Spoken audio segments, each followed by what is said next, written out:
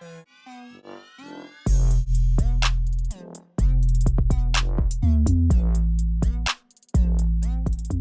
this video, we're going to be taking a look at 4 kinematic problems. We're going to practice some constant velocity and accelerated motion in one dimension. We are going to do 4 practice problems. On the screen as of now, we have 2 more simple problems, and we're going to have 2 more slightly more difficult problems. So if you want to go ahead and try the 2 problems on the screen, go ahead and pause the video right now. And now when you're done with the problem, or you just want to see the thinking process of how to solve it, we're going to go ahead and start that up right now. So the first question reads, a biker rides a distance or at 8.5 meters per second over a distance of 2,000 meters. How long does it take them to complete this ride? So they are going a velocity of 8.5 meters per second. So one of the main things to identify is that it doesn't sound like accelerated motion. So we're definitely going to use this first formula over here because it's moving at a constant velocity. And the distance, or delta x, would be 2,000 meters.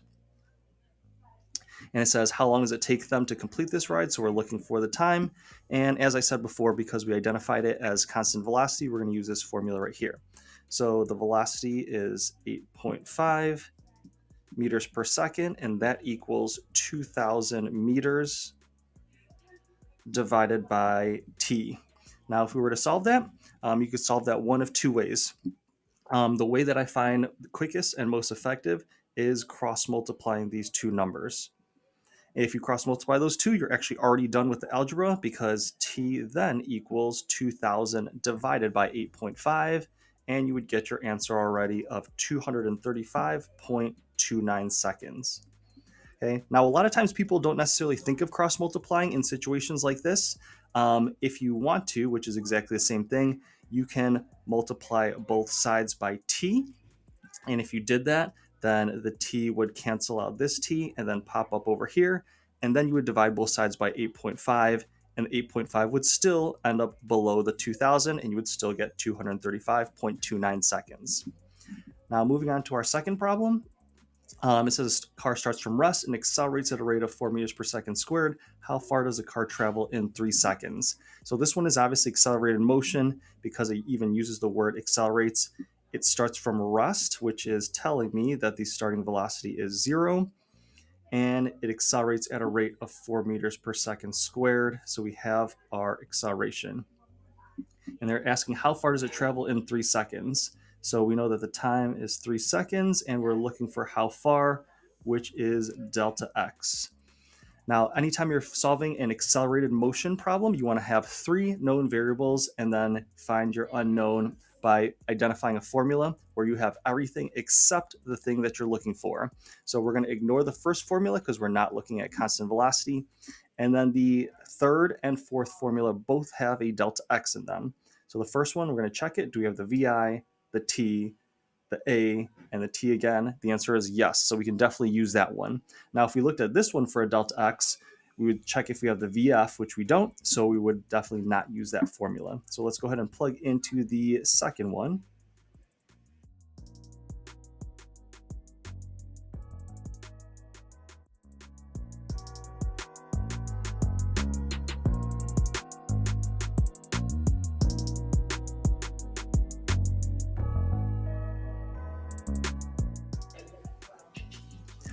Now for this one, we really didn't have to do any algebra. We have 0 times 3, which is going to be 0, and then we have 1/2 times 4, which is 2, and then 2 times 3 squared, which is 2 times 9, and 2 times 9 is 18 meters. So that concludes our first 2 questions. So let's go ahead and erase those. And now here's our second set of problems, which are going to involve some free fall motion that are going to be a little bit more difficult. So if you would like to try these on your own first, go ahead and pause the video right now.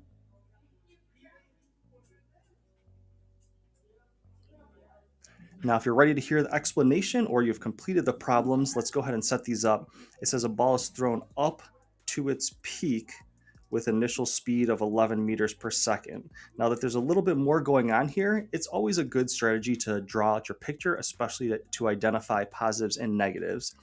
Now we have a VI, an initial velocity of 11 meters per second, and then that's all we're given. But if something goes up to its maximum height, it will definitely reach a velocity of 0 at the very end, because things are going to get slowed down as they're moving away from the surface of the Earth until they eventually reach a velocity of 0 at its maximum height. The other thing we know is that the acceleration due to gravity is negative 9.8 meters per second squared. Okay, so right there we have our three known variables, and we're looking for our height, which would either be considered a delta x, or I'll call it a delta y, because just y is the vertical direction and x is the horizontal. All right, so let's identify the formula we need. There's a delta x in this one and a delta x in this one. So I'm guessing it's already going to be the last one because I see a VF here. So let's see. We have VF, VI, and A. We do have all the variables except our delta X, or like I said, we call that our delta Y because it's a vertical displacement. So let's go ahead and plug those in.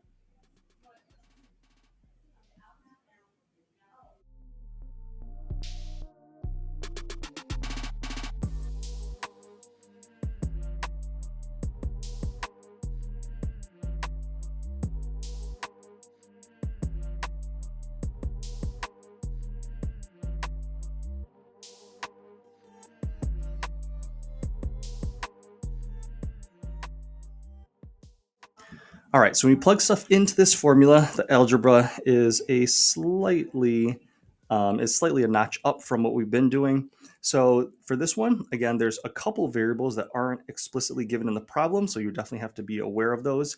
And then when you plug them in, we got 0 squared, which is obviously 0, equals 11 squared. 11 squared is going to be 121 once you pop that into your calculator.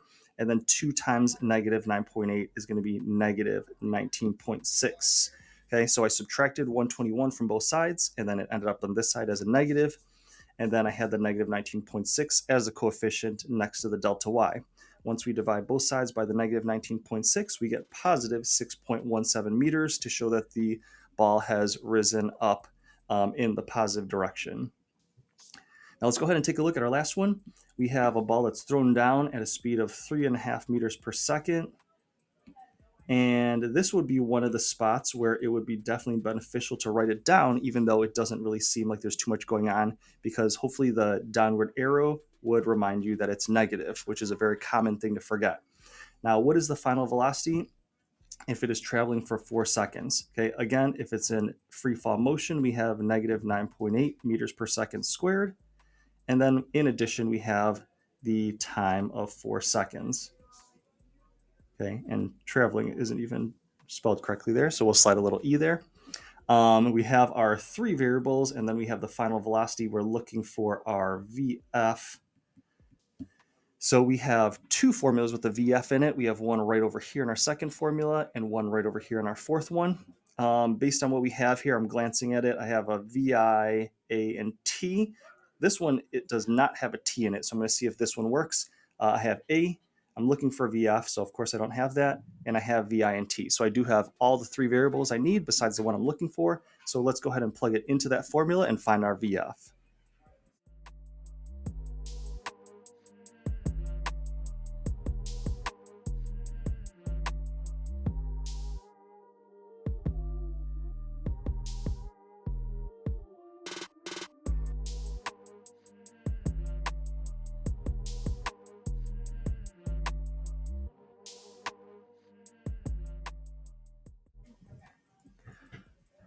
So we got a final answer of negative 42.7 meters per second. It should definitely come out negative because the object is still going in the downward direction. And it will be pretty fast because 4 seconds is a long time to free fall, especially if it has a little bit of initial velocity too. So this one may have a couple parts that may confuse people a little bit. So first of all, we can cross multiply the 4 over, which is the same thing as multiplying both sides by 4. And then we get negative 39.2 on the left side. And then we have VF plus 3.5 because the formula has minus in it. And we're subtracting a negative 3.5, which is the same thing as adding it. So then we're going to subtract 3.5 from both sides to get that canceled out. And that leaves us with a final answer of negative 42.7 meters per second. So when you're taking a look at these problems, drawing a picture, identifying your variables, and writing down your unknown is going to be very important in organizing your thoughts. Once you're looking for a formula, find a formula where you have everything except the thing you're looking for, plug everything exactly as you see it in the formula, And then, of course, you're going to do a little bit of algebra and rearranging so you can find a final solution. So I hope that was helpful to you in practicing and learning some strategies for kinematic problems. Thank you for watching and listening.